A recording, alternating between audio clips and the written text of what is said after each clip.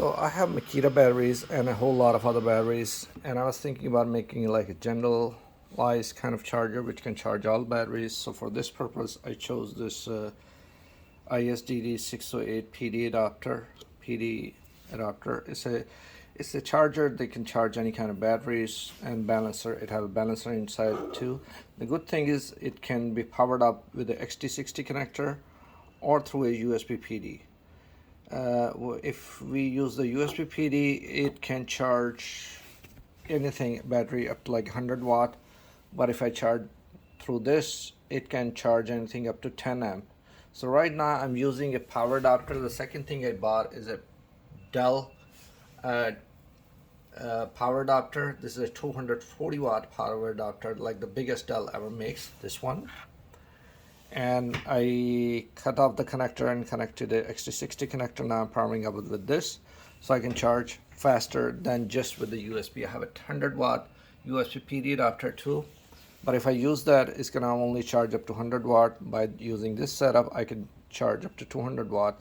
The second thing which I made like myself, like it's a Makita battery adapter, and as you can see, I put an XT60 connector on this and a whole lot of hot glue on it.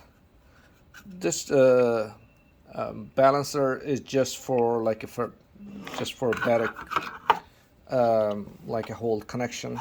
Not really, I don't really use it, so I can easily pop it. Look at this. Ta-da! How nice is that? Then I pop this up on a battery. Ta-ta-ta-ta-ta. Now I go ahead and I have already set up all the parameters. You can charge all kind of battery. I've set it to LiPo 5S.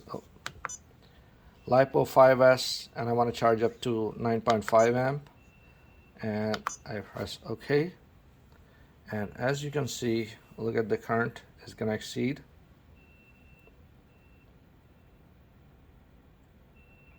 9.4 amp. Why I set it to 9.4 amp? It can charge up to 10 amps, but I noticed that this although this says that it's a 240 watt, it was shutting off around 210 watts. So I set it up, as you can see right now, at a 208 watts, you see, so it doesn't trip that. So now it's charging, as you can see, at a very fast rate, 9.45 amp, 208 watt. Makita doesn't make any power adapter which is that fast charger, and this tiny thing can push a lot of power through it, and it's very compact. The only bulky part is this power adapter, which there's no way around, but the charger itself is very small and compact.